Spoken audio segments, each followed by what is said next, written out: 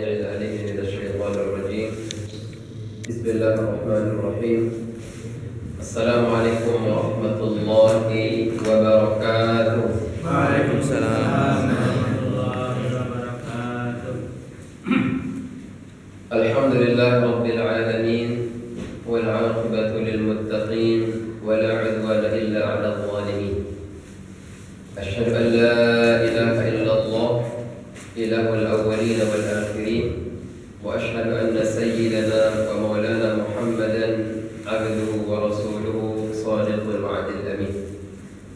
اللهم صل وسلم على هذا النبي الكريم وعلى آله وأصحابه المجاهدين الطاهرين وعلى من سار على نهجه ودعا بدعوته إلى يوم لقاء ربه. أما بعد.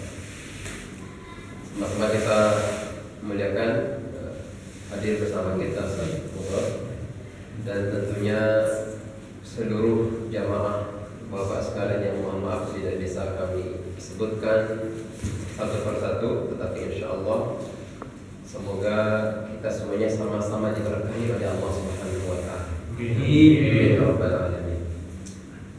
Bapak sekalian yang Allah muliakan, tentunya kita bersyukur kepada Allah Azza wa Jalla pada malam hari ini kita diberikan nikmat yang begitu luar biasa. Allah mampukan kita untuk bertemu kembali, silaturahim, melaksanakan salah satu kewajiban kita sebagai seorang muslim, yakni sholat. Alhamdulillah Allah mampukan kita berjamaah. Allah Subhanahu wa Ta'ala juga mengaruniakan kepada kita waktu luang, sehat, dan seterusnya. Kita berdoa, kita berharap semoga mudahnya kita melakukan amal soleh adalah pertanda bahwa Allah Azza wa Jalla meridhoi hidup kita. Amin ya rabbal alamin. Hadirin sekalian yang Allah muliakan, malam ini kita tanggal berapa Rajab, Pak?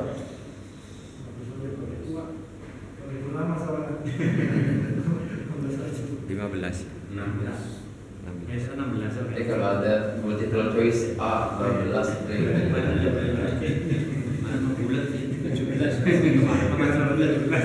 hari Jumat itu kemarin saya khutbah, saya bilang hari ini kita tanggal 15. Sabtunya 16, 17, 18. Kita masuk tanggal 18. Biasanya tema yang khas mengenai Rajab apa, Pak? Isra Mi'raj. Isra Mi'raj. Kalau lebih dikutkan lagi, Isra Mi'raj jadi tema apa ya, Pak? Salat.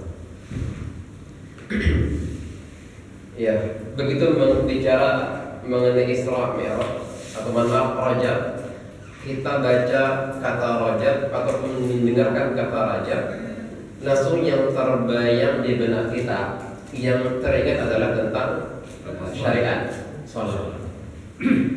Tetapi dalam riwayat tersebut, Bapak sekalian, bukan hanya salat yang disebutkan. Jangan lupa, riwayat tersebut ya memang utama tentang sholat. Allah panggil Allah mi'rajkan Nabi sampai ke Sidratul Muntaha.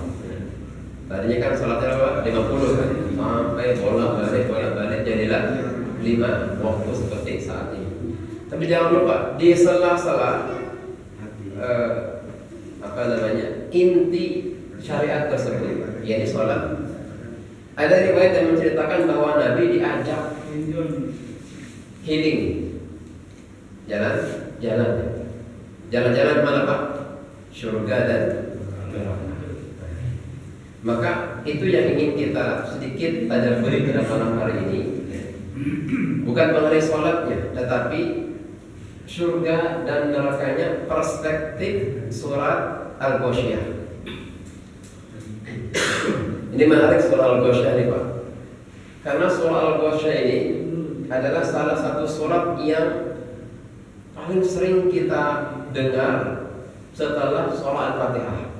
Hampir tiap Jumat ada saja khatib yang membaca surah Al-Ghasyiyah. Yang pertama Al-A'la biasanya, kemudian yang kedua surah Al-Ghasyiyah. Karena memang seperti itu Pak riwayatnya. Nabi itu sering baca sholat Jumat, rakaat pertama Al-A'la, rakaat kedua Al-Ghasyiyah. Bahkan dikatakan juga pada sholat Al-Idain, Idul Fitri dan Idul Adha. Ada juga mengatakan riwayat yang satu lagi pasangannya surah Al-Jumu'ah. Jadi rakaat pertama Al-Jumu'ah, kedua nanti Al-Ghasyiyah. Al-Ghasyiyah dan ditinggalkan.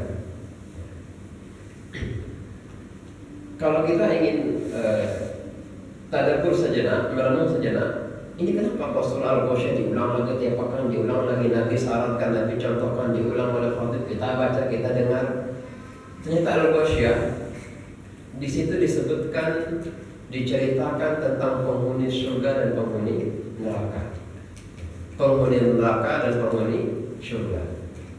Jadi seakan-akan melalui surah ini Allah Azza wa Jalla ingatkan kita ini bahwa akan ada nanti tempat pasti bagi kita, kalau enggak surga ya neraka. Enggak ada tempat ketiga, enggak ada pilihan yang ketiga. Pilihannya adalah satu di antara yang dua. Bukan pilpres ya.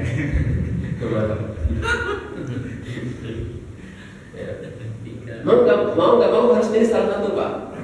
Mau ke surga ataupun ke neraka. Al-Ghasyiyah itu artinya salah satu nama hari kiamat.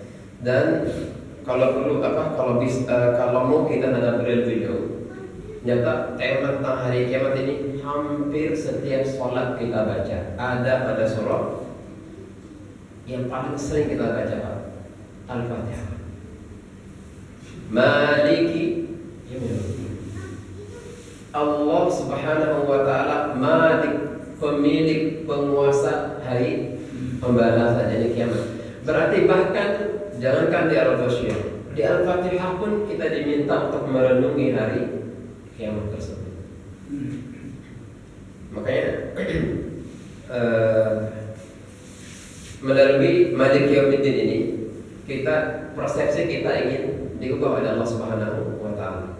Jadi dalam Al-Qur'an, dalam ayat yang lain, Allah Azza wa Jalla bercerita bahwa orang kafir itu waqalu ma hiya illa hayatuna dunya namut wa nahya wa ma yuhlikuna illa ad-dahr. Allah ingin mempertegas ini. Jangan sampai kita seperti orang-orang dalam ayat tadi, orang-orang kafir. Bagaimana persepsi mereka? Ma hiya illa hayatuna dunya. Hidup itu ya pasti. Hidup itu ya dunia ini gitu. Namut wa nahya, di sini kita hidup, di sini kita mati. Nahya, hidup mati selesai. Wa ma yuhlikuna illa dahr, kita mati, ya matinya ya karena emang harus mati. Mungkin yang mati alami karena sudah sangat tua, wafat, ataupun sebab-sebab yang lainnya. Artinya mati ya karena waktu aja, waktunya sudah selesai. Jadi persepsi orang kafir ya seperti itu. Mati selesai. Hingga apa yang terjadi? Banyak masalah, apalagi tekanan, stres, depresi, akhirnya bunuh diri. Bunuh diri. Karena persepsi mereka yang mati selesai. Sedangkan bagi seorang muslim justru mati itulah awal dari segalanya. Awal dari perjalanan kita yang betul-betul yaitu mati kita. Jadi kalau selesai dengan mati enak ya Pak, tanda kutip. Jadi orang-orang yang korupsinya banyak bunuh diri selesai, nggak ada bertanggung jawab. Orang-orang yang suka menzalimi orang lain, ya. Kemudian kalau selesainya dengan mati, nggak adil banget gitu. Betapa tidak adilnya Allah Subhanahu wa taala. Ya, tetapi yang terjadi adalah justru alaihissallahu bi ahkamil hakimin. Akan ada waktu di mana kita akan mempertanggungjawabkan semua yang akan kita lakukan, dan itu diawali oleh Al-Ghasyiyah atau Al-Qiyamah atau Malik Yaumiddin yang tadi hampir setiap sholat kita baca, kita dengar. Berarti hadirin Allah muliakan, 17 kali kita baca, kita dengar Malik Yaumiddin, Malik Yaumiddin. Kita diminta oleh Allah Subhanahu wa taala merenung akan adanya hari pembalasan. Hal ataka hadithul ghasyiyah. Dimulai oleh pertanyaan kepada Allah Subhanahu wa taala. Apakah pernah datang kepadamu wahai Muhammad cerita tentang hari kiamat? Ini istifham, pertanyaan, tetapi tentu tidak memerlukan jawaban. Karena tidak ada makhluk yang pernah menyaksikan hari kiamat. Bahkan kejadiannya pun, waktu detailnya pun hanya Allah Azza wa Jalla yang tahu. Sedekat-dekatnya makhluk dari Muhammad sallallahu alaihi wasallam kapan terjadinya hari kiamat beliau tidak tahu. Yang tahu bocorannya adalah ini tanda-tandanya. Ini nanti ada tanda besar, tanda kecil, tanda besar dan seterusnya. Jadi pertanyaan ini hadirin yang Allah muliakan, para ulama mengatakan li'izhari syiddati hauliha, agar kita terbayang gitu, terbayang betapa dahsyatnya hari ini. Kita ilustrasikan dengan pertanyaan lain. Bapak sekalian, di sini ada yang pernah naik gedung tertinggi di dunia? Belum. Ingin. Saya juga pernah. Apa yang paling tinggi betulnya Pak? Burj Khalifah ya Pak ya? Burj Khalifah di mana itu? Di Uni Emirat Arab kalau nggak salah. Ceritanya saya pernah naik Pak. Saya pernah sampai puncak. Ceritanya saya pernah. Kemudian suatu waktu saya bilang ke bapak-bapak sekalian, Pak, pernah nggak Pak naik Burj Khalifah? Saya tahu Bapak belum pernah naik, tapi sengaja saya tanya ke Bapak. Pertanyaan saya yang tersirat adalah, oh di sana itu begitu naik pemandangannya luar biasa, pantai, kemudian lepas pantai kita lihat dari atas gedung-gedung mobil kecil banget itu. Naiknya pun sampai bertingkat-tingkat. Sepertinya awan dekat banget gitu, misalkan begitu. Itu yang tersirat dari pertanyaan tersebut. Jadi pertanyaan itu ingin menggambarkan, oh kalau naik itu luar biasa, gedungnya tinggi, kemudian hawanya tentunya udaranya dingin banget, pemandangannya indah. Sama dengan pertanyaan pertama itu, hal ataka hadithul ghasyiyah. Allah ingin menceritakan bahwa nanti ilustrasinya hari kiamat itu begitu luar biasa menegangkan. Ini yang ada di beberapa pertanyaan-pertanyaan tentang hari kiamat. Al-Qari'ah mal Al-Haqqah mal Haqqah. Ditanya lagi kita, tahukah engkau apa itu Al-Haqqah, hari kiamat? Tahukah engkau apa itu Al-Qari'ah, hari kiamat lagi? Ditanya berulang-ulang oleh Allah Subhanahu wa taala. Maksudnya adalah bayangkan dalam diri kita bagaimana nanti kengerian hari kiamat.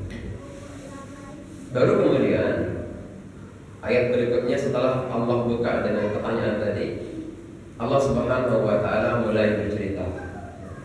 Yang pertama, Allah awali kita bukan dengan penghuni surga, tetapi penghuni neraka. Hal ataka hadithul ghasyiyah wujuhun yawma idzin khasyiyah. Saya lupa di sini apakah bulan lalu apakah masih baca surah Az-Zumar. Wasiqal ladzina kafaru ila jahannam zumara hatta idza ja'uha futihat abwabuha. Bahwa nanti penghuni neraka itu digiring per kelompok-kelompok. Jadi mungkin ilustrasinya Pak, ini yang para koruptor sama-sama koruptor. Zumar kelompok-kelompok. Oh ini yang suka mabuk-mabukan sama geng-geng yang suka mabuknya. Terus seperti ini ya kesamaan tradisi mereka dulu ketika di dunia, tradisi yang jelek tentunya. Hatta idza sampai di hadapan jahannam, pintu gerbang jahannam, tanpa ada tanpa menunggu. Begitu sampai langsung dibukakan pintu neraka. Jadi itu diceritakan di akhir surah, bagian-bagian akhir surah Az-Zumar. Panjang ayatnya. Dan penghuni neraka ini di dalam surah Al-Ghasyiyah Allah ceritakan wujuhu yawma idzin khashi'ah. Pada hari itu nanti kata Allah banyak orang-orang yang mukanya khusyuk. Apa itu khusyuk, Pak? Tunduk. Makanya orang yang khusyuk itu diantara ciri-ciri fisiknya adalah, makanya para ulama mengatakan dalam fikih kalau mau memudahkan kita khusyuk, lihat tempat sujud. Makanya ada larangan untuk menghadap ke atas atau menghadap ke kanan kiri kecuali ada uzur yang sangat syar'i. Misalnya Pak, kita bawa anak kecil, katakanlah bayi kecil kita, lari sana sini, sebelah sana ada squad Pak kebetulan sedang sholat nih Pak, boleh nggak kita gitu? Boleh, pada nyebur nanti. Itu jadi ada uzur syar'i. Jadi wujuhu yawma idzin khashi'ah. Pada waktu itu banyak muka-muka yang kata Allah mereka khusyuk tunduk, tetapi memang tunduknya karena merasa malu, merasa hina di hadapan Allah Subhanahu wa taala. Sehingga Bapak sekalian, ternyata khusyuk ini mau nggak mau manusia harus khusyuk, Pak. Manusia harus khusyuk. Tinggal pilihannya adalah khusyuk di dunia dalam bentuk sholatnya, atau khusyuk nanti di akhirat dia malu menghadap Allah Subhanahu wa taala. Jadi mau tidak mau kita harus khusyuk.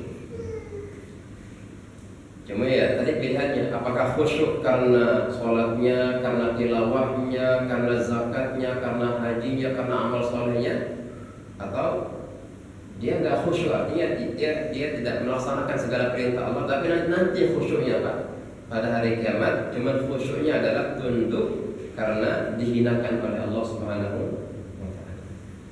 Wujuhu yawma idzin khashi'ah. Enggak malu, sekedar terangkat aja malu.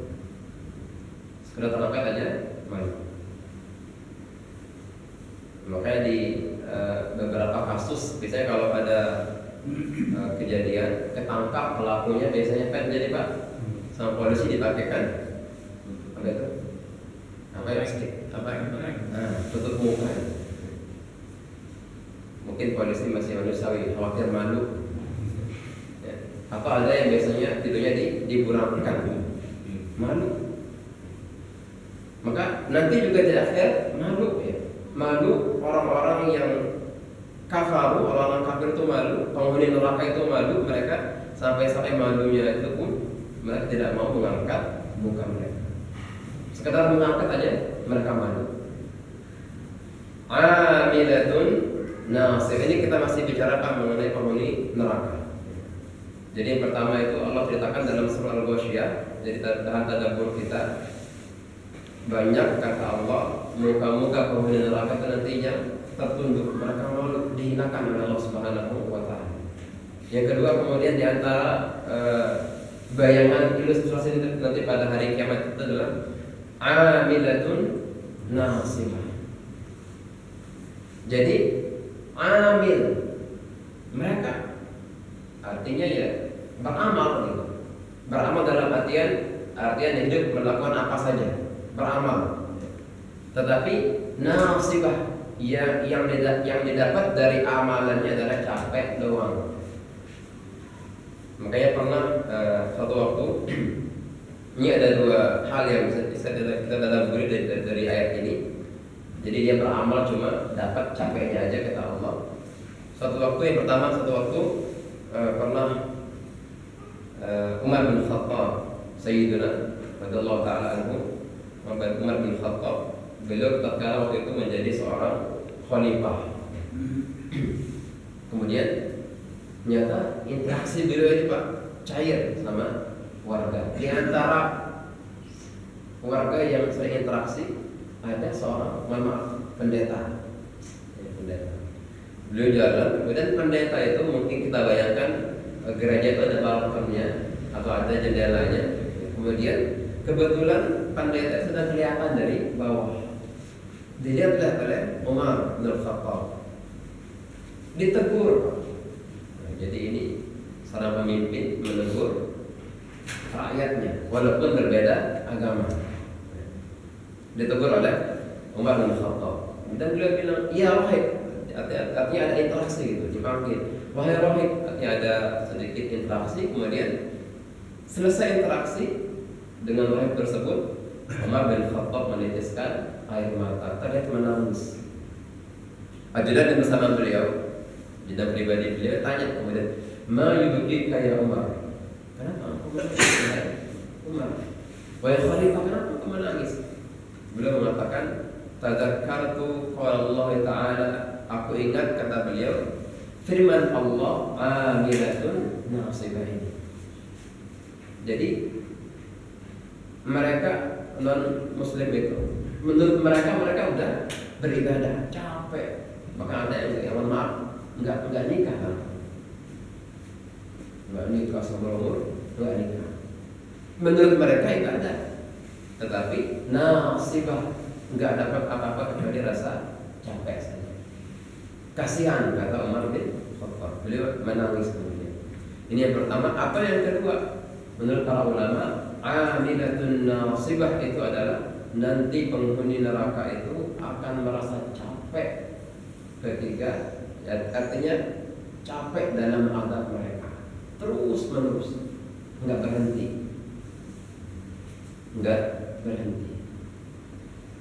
Kita di dunia ini Pak, tidur itu enak, ya nggak Pak? Ya. Enak tidur kalau lagi digini kayak gini. Tidur sehari enak nggak Pak? Nanti Ramadan tidur seharian juga pusing gitu. Lapar. Artinya menurut kita enak sekarang pun lama-lama juga nggak enak. Orang yang main game misalnya, asik dia main game. Tapi ada waktunya akan bosan dengan gamenya. Nanti penghuni neraka dan para ulama nggak ada waktu sedetik pun, satu momen pun untuk mereka rehat dari azab Allah Subhanahu wa Ta'ala. Jadi bisa dibayangkan sebenarnya surah Al-Ghasyiyah ini begitu mendalam maknanya. Makanya disuruh diulang. Dalam riwayatnya diulang setiap pekan oleh para khatib, oleh para imam Jumat. Diingatkan lagi kita. Ada dalam ayat yang lain Allah bercerita. Jadi saking terus menerus azab di neraka itu, wa qala alladziina fin nar li khazanati jahannam. Dan orang-orang yang berada di neraka, mereka bilang kepada para malaikat yang menjaga neraka. Dia penduduk neraka bilang, minta kepada malaikat yang menjaga neraka, ud'u rabbakum yukhaffif 'anna yawman min al-'adzab. Tolong mintakan sama Tuhan kalian, Allah Subhanahu wa Ta'ala, mintakan yukhaffif, itu ringankan, 'anna yawman min al-'adzab, ringankan walau sehari ini, jangan azabnya libur dulu di masa kita, cuti walaupun sehari. Jadi minta walaupun sesaat, azabnya diringankan. Apa dikabulkan? Enggak. Jadi amilatun nasibah, capek mereka diazab oleh Allah Subhanahu wa Ta'ala. Baru kemudian Allah bercerita di antara bentuk azabnya adalah tasla naran hamim. Mereka dimasukkan ke dalam neraka yang menyala-nyala. Hamim itu menyala-nyala. Tetapi hamiyah ini bukan hanya menyala yang seperti biasanya lah, cuma menurut para ulama hamiyah adalah puncaknya panas. Api yang paling rendah itu warnanya apa Pak? Biru ya. Kalau kira-kira api dunia ini yang paling panas biru ya Pak? Iya, hamiyah itu yang biru itu. Pertama kan biasanya kuning Pak ya. Kuning konon katanya tidak begitu panas daripada yang biru tadi. Maka hamiyah ini adalah puncak-puncaknya panas. Cuman beda, api di neraka, api di dunia, nanti api di neraka 70 kali lebih panas daripada api di dunia. Jadi puncak-puncaknya itulah hamiyah. Tusqa min ainin. Kalaupun mereka mau minum, ainin aliyah, ada mata air panasnya, minta ampun. Panas. Beberapa waktu yang lalu Pak, viral film Azab Neraka. Nah, dengar gak Pak?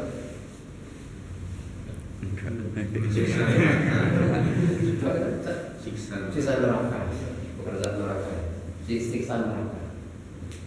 Meskipun nanti ada pro kontra, ada yang Ustaz kita bilang nggak boleh seperti itu karena alasannya menggambarkan. Tetapi kita tidak bicara tentang pro kontra itu.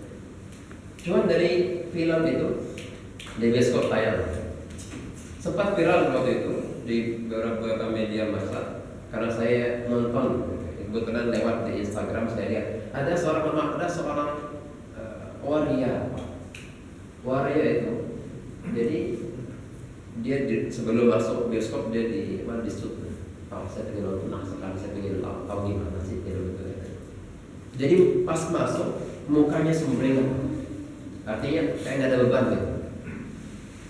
Masuk, nanti pas keluar di-shoot lagi Pak, mukanya merah padam kelihatan.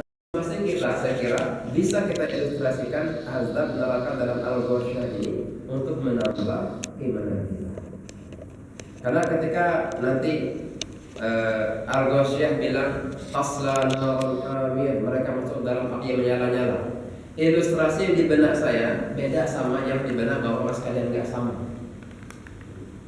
Ketika Al-Ghasyiyah bilang tusqa min ainin aliyah, nanti mereka diminumkan dengan api yang dengan air yang panas melebihi bangsa tembaga. Tentunya ilustrasi yang di benak saya beda. Inilah kemudian alasannya kenapa tadi filmnya nggak boleh, itu diantara yang bilangnya, karena ilustrasinya nggak sama diantara kita semua. Cuma terlepas dari itu, ya, ketika kita bisa bayangkan ada orang yang dikasih minum, dia nggak mau minum, tapi gimana lagi? Tangan terikat, mulut dipaksa terbuka, kemudian disiram dengan air tembaga. Itu potongan film siksa neraka yang ada di trailernya. Kalau saya belum nonton yang panjangnya. Artinya mengerikan. Tusqa min ainin aniyah, laisa lahum ta'amun illa min dhari'. Mereka nggak ada makanan Pak, nggak punya makan kecuali dhari'. Dhari' ini menurut para ulama buah, makanan buah, tetapi berduri. Durian mah enak ya. Tapi kulitnya. Tapi kalau durian nggak bisa langsung ke mulut ya, pasti besar. Tapi ini durian ini kecil ya. Di beberapa buku disebutkan tumbuh di padang pasir. Durian ini tumbuh. Ya.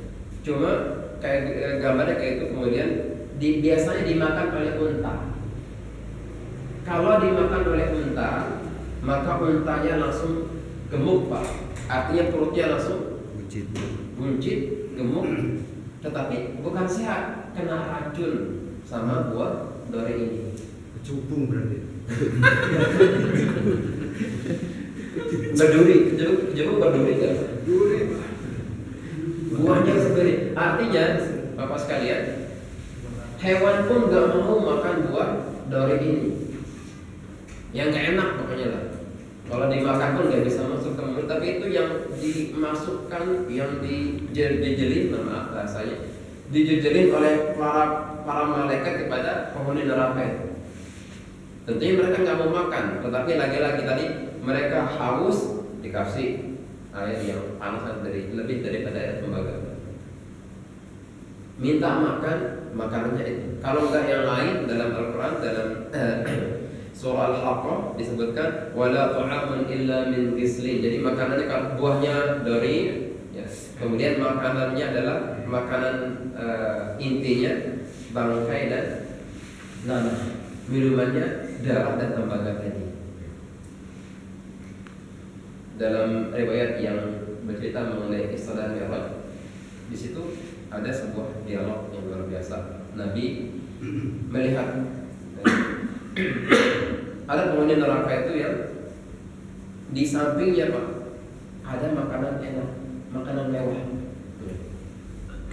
Cuma penghuni neraka ini justru milihnya sebelah lagi, makanan busuk, udah kemudian bau, kemudian udah apa namanya itu ulat apa sih? Belatungan. Justru itu yang dipilih. Dalam riwayat seperti ditanya, oh Jibril, siapa itu? Dia menjawab, oh itu Muhammad SAW itu adalah manusia yang punya istri yang sah, istri yang sudah sah secara hukum agama, salihah pula, tetapi malah cari perempuan yang jadi seperti itu ilustrasi. Ngeri banget ya, nauzubillah. Laisa lahum ta'amun illa min dhari'. Jadi kalau mereka makannya nanti namanya dori. Ada juga yang lain tadi min gislin dalam surah Al-A'raf, bangkai nanah darah. Makanya dalam surah Al-A'raf itu Allah bercerita ada dialog nanti penghuni neraka dan penghuni surga. Walada ashabun nari ashabal jannah. Orang-orang yang berada di neraka Pak bilang, manggil-manggil orang yang ada di surga. Menurut salah satu pendapat, subhanallah, saya lupa, Sa'id bin Jubair, dia mengatakan di antara yang beliau ceritakan nanti ilustrasi beliau, bahkan ada anak-anak yang minta sama ayahnya, karena mungkin anaknya di neraka, mungkin ayahnya di surga, atau kebalikan. Artinya mereka di dunia ini berkeluarga, tapi karena entah mungkin naudzubillah beda agama atau entah mungkin satu hal mau gak mau salah satu di antara mereka di neraka sampai dipanggil keluarganya. An afidu alaina minal ma' aw mimma razaqakumullah. Penghuni neraka minta, wahai penghuni surga, afidu, tolong siram sedikit. Minta satu teguk air dari surga, aw mimma razaqakumullah, atau dari sebagian rezeki Allah Subhanahu wa taala.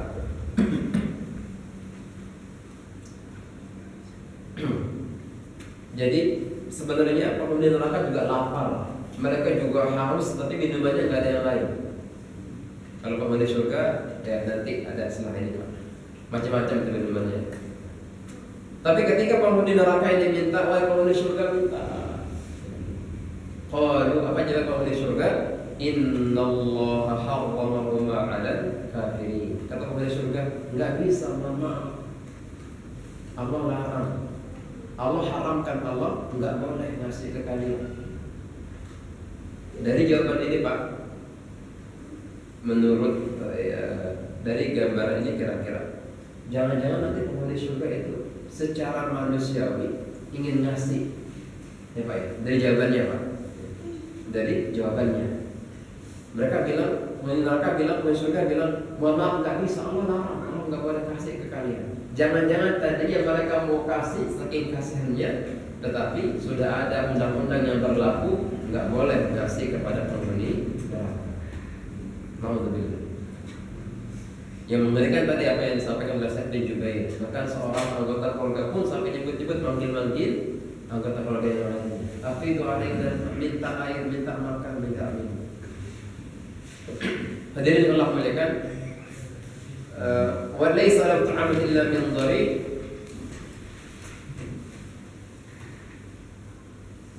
Tusqa min 'ainin aliyah, laysa lahu ta'amun illa min dhari'. La yusminu wa la yughni min ju'. Jadi ya makanan itu ya tidak bisa mengenyangkan sama sekali. Tidak bisa membuat kenyang, tidak bisa membuat puas. Tapi mau nggak mau harus dimakan. Itulah gambaran penghuni neraka yang Allah Azza wa Jalla ceritakan dalam surah Al-Ghasyiyah. Jadi mereka dari pertama gambarannya adalah tertunduk malu, kemudian Allah sampaikan sampai mereka diazab dalam neraka. Kemudian kalaupun mereka dikasih makan minum, minumannya kalau enggak panas, minumannya dari darah dan nanah. Kalaupun mereka minum makan, makanannya dari dori tadi, buah-buahnya namanya dori. Kalau dimakan karena dia berduri nyangkut di tenggorokan sampai ke lambung pun merusak langsung lambung mereka. Itulah gambaran penghuni neraka. Baru kemudian dalam ayat berikutnya Allah Azza wa Jalla mulai bercerita mengenai penghuni surga.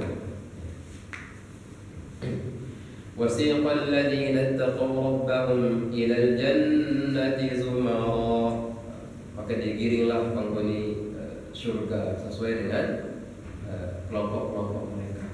Tadi kalau penghuni neraka koruptor dengan koruptornya, para pemabuk dengan barisan pemabuknya, itu ilustrasinya barangkali. Dan tentunya dengan macam-macam kelompok-kelompok mereka. Wasiqal ladzina ittaqaw, maka begitu pun dengan penghuni neraka. Mereka akan digiring, dipanggil satu persatu dengan kelompoknya masing-masing. Haji yang mabrur silahkan berkumpul, baris dipanggil satu persatu. Mana ahli salat, orang-orang yang salatnya tidak ada masalah, dipanggil. Kemudian mereka berbaris per kelompok. Mana yang suka zakat, mana yang suka sedekah, infak, itu satu barisan dipanggil. Hatta idza ja'uha wa futihat abwabuha, begitu sampai di hadapan surga, ya, ternyata beda sama tadi penghuni neraka. Kalau penghuni neraka enggak nunggu 1, 2, 3, langsung nyampe, dibukakan langsung pintu nerakanya. Kalau pintu surga, nyampe di hadapan surga, ternyata pintu surganya belum dibuka juga. Itulah tadi rahasia dari para ulama. Kalau dalam cerita mengenai penghuni neraka enggak ada huruf wawunya. Wasiqal ladzina kafaru ila jahannam zumara hatta idza ja'uha futihat abwabuha.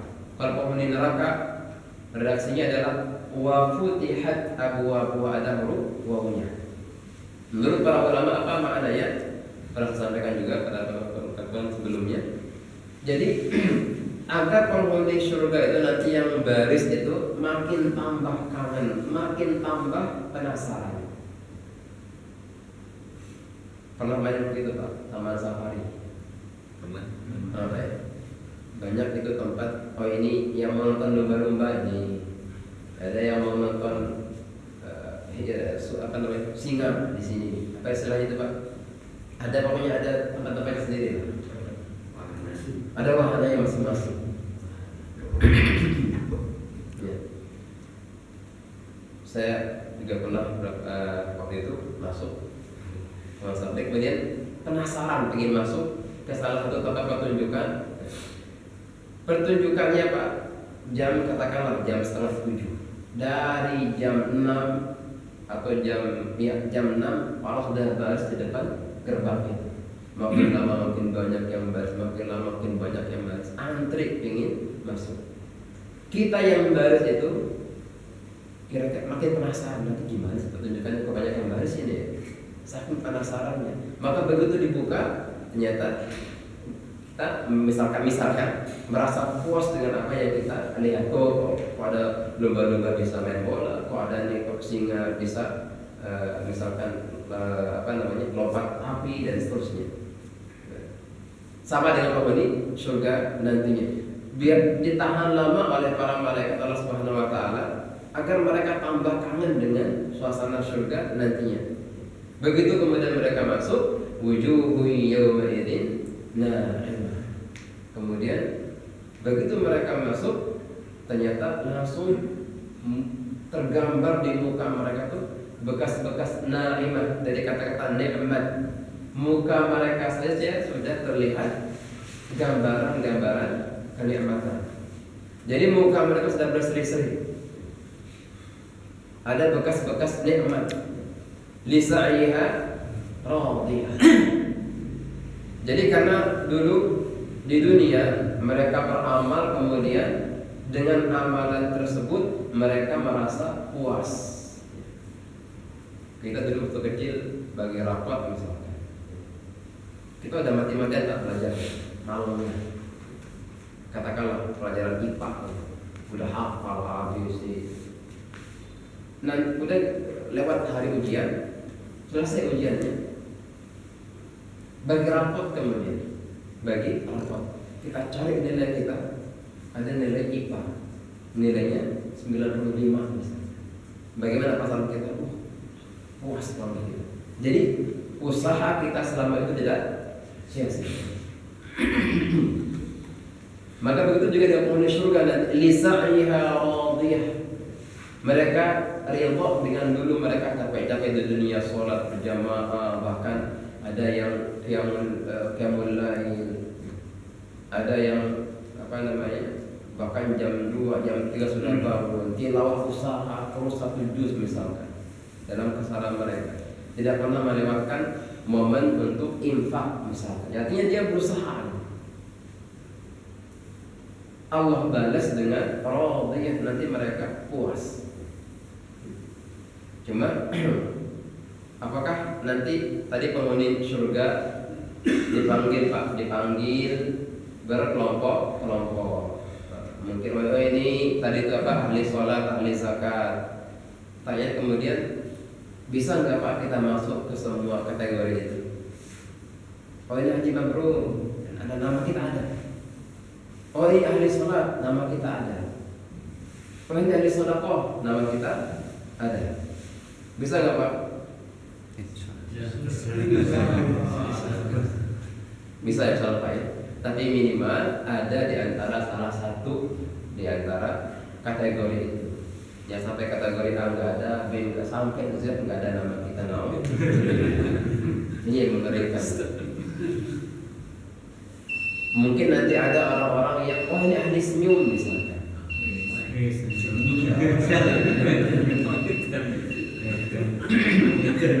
Ya cuma intinya Pak sekalian, kalaupun kategori A, B, C nggak bisa, kita berusaha kategori yang lainnya.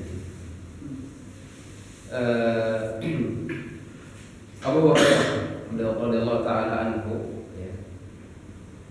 Beliau pernah dinasihati beliau pernah diwasiatkan oleh Rasulullah SAW. Pernah sampaikan juga, Abu Hurairah itu bahwa beliau nggak kerja, bahkan rumah pun nggak punya, tinggal di masjid.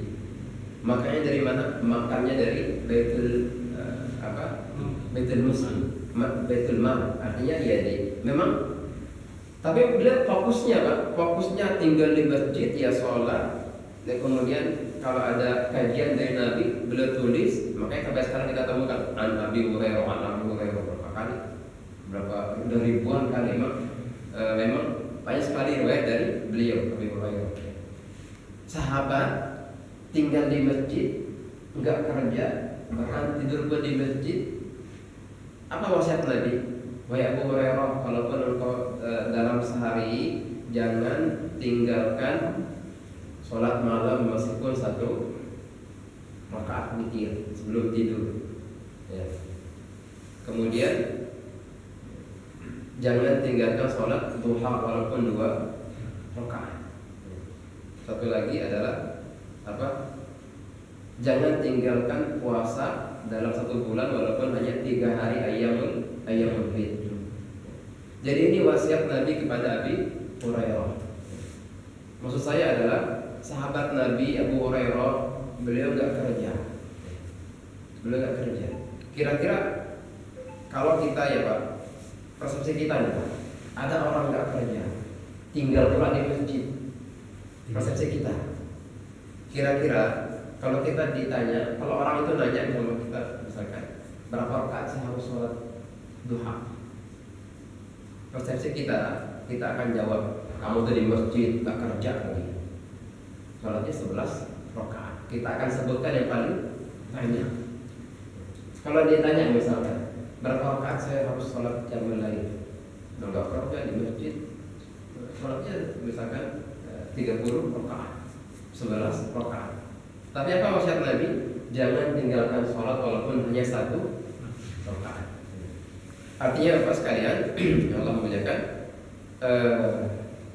kita beramal saja sekuat semampu kita, dan nanti insya Allah semoga dengan amalan itu meskipun sedikit ada kategori nama kita di kategori A, B atau seterusnya sampai Z tersebut. Semampu kita, pilih yang bisa kita mampu. Ya, kalau misalkan secara materi nggak bisa setiap hari nyumbang 1 juta misalkan, maka kita berusaha kejar dari tilawatin Quran. Tilawat Quran juga nggak bisa karena sibuk banget, dari masuk kerja jam 5, pulang nanti jam 9, dan capek. Minggu masuk. Kita kejar, dan ini biasanya orang kaya begitu misalnya. Kejar dari haji atau umroh yang mabrur misalnya. Dan artinya banyak kategori yang bisa kita kejar. Hadirin Allah muliakan, bahwa penghuni surga macam-macam. Sudah mereka puas dengan amal mereka, fi jannatin 'aliyah, surga yang tinggi, la tasma'u fiha laghiyah, sampai kemudian nanti Allah bercerita mereka dapat minum, ya, gelasnya tersusun rapi. Kemudian wa namariqu masfufah, ada bantal-bantal sandaran, ya. Indah. Nanti silakan Bapak baca di arti surah Al-Ghasyiyah karena waktu yang sudah tidak mengizinkan. Surat artinya intinya nanti dalam cerita mengenai penghuni surga banyak keindahan yang Allah Subhanahu wa taala sebutkan. Ada satu doa yang sering kita minta adalah Allahumma inna nas'aluka ridhaka wal jannah wa na'udzubika min sakhatika wan nar. Jazakumullahu khairan. Subhanakallahumma bihamdika asyhadu an la ilaha illa anta astaghfiruka wa atubu ilaik. Wa lakum assalamualaikum warahmatullahi wabarakatuh. Waalaikumsalam warahmatullahi wabarakatuh.